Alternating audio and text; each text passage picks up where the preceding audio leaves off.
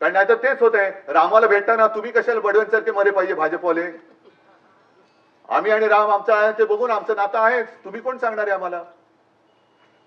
त्याच्यामुळे जय श्रीराम आम्ही बोलू, पण तुम्हाला जय महाराष्ट्र, जय शिवराय, जय भवानी बोलावंच लागेल, तर महाराष्ट्रामध्ये राहा, नाही तर तुमच्या कुठे गावी जायचं तर निघून जा. आम्ही इकडे मुंबईमध्ये महाराष्ट्रामध्ये सगळे भाषिक गुण्या गोविंदाने नांदतोय, त्यांच्यामध्ये काड्या घालण्याचे धंदे करू नका. जर तुम्ही आमच्यावरती सक्ती काही करण्याचा प्रयत्न केला तर ती सक्ती आज आम्ही जुगारून दिलेली आहे, हे आज मी जाहीरपणाने सांगतो. प्रेमाने बोलाल तर ऐकू, जबरदस्ती कराल तर लाद घालून हाकलून देऊ. आणि त्याच्यासाठी मला कामगारांची पण गरज आहे, कारण समाजामध्ये 2-3 वर्ग असतात. कालच त्या एका पुस्तक प्रकाशनाच्या वेळेला मधु मंगेश कर्णिक बोलले होते की समाज पुरुष जो असतो म्हणजे कोण, तुम्ही जनता. तिला हजारो डोळे असतात, हजारो हात असतात, हजारो पाय असतात, आणि म्हणून तर मला वाटतं प्रॉब्लेम होतो. कारण हजारो पाय असल्यानंतर एक पाय म्हणतो इकडे जाऊया, दुसरा म्हणतो इकडे जाऊया, तिसरा म्हणतो तिकडे जाऊया. समाज भरकटतो त्याच्याचमुळे. समाज बघतोय, पण त्या समाजाला व्यवस्थित रस्त्यावरती ठेवणं हे कामगारांचं काम आहे.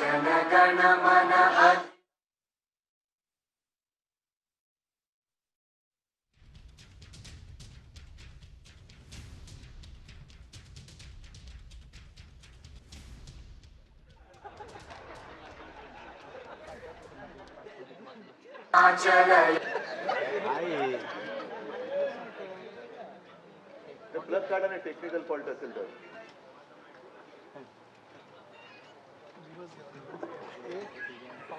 तर अगदी स्वातंत्र्य लढा असेल किंवा संयुक्त महाराष्ट्राचा लढा असेल, ज्या वेळेला गिरणी कामगार आणि कामगार रस्त्यावरती उतरला तेव्हा त्या चळवळीला एक काहीतरी मूर्त स्वरूप आला, आणि तेव्हा तो लढा हा यशस्वी होऊ शकला. हे कामगारांचं मी नाही म्हटलं तरी एक शौर्य आहे.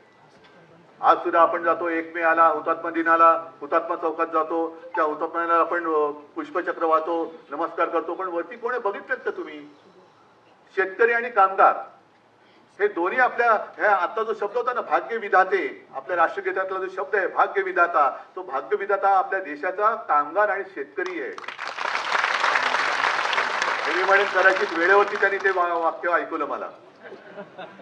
मी मगाशी त्याला जरा बोललो असेल, पण आता धन्यवाद देतो की वेळेवरती मला तो भाग्य विधाता शब्द ऐकवला, कारण भाग्य विधाता देशाचा माझ्या समोर बसलेला आहे. हा भाग्य विधाता आहे. तुमचं भाग्य, देशाचं भाग्य ठरवणारे तुम्ही लोक आहात, तुमचं भाग्य ठरवणारे राजकारणी नाहीये.